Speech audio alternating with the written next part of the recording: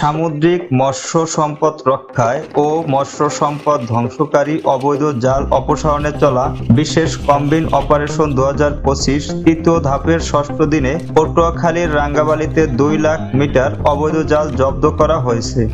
উপজেলা মৎস্য বিভাগ ও বাংলাদেশ পুলিশ যৌথভাবে এই অভিযান পরিচালনা করা হয়।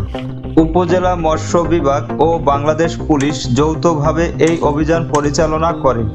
বুড়া গৌরাঙ্গ, সোনারচর ও বঙ্গোপসাগরের মোহনায় চলা অভিযানে এ জাল জব্দ করা হয়।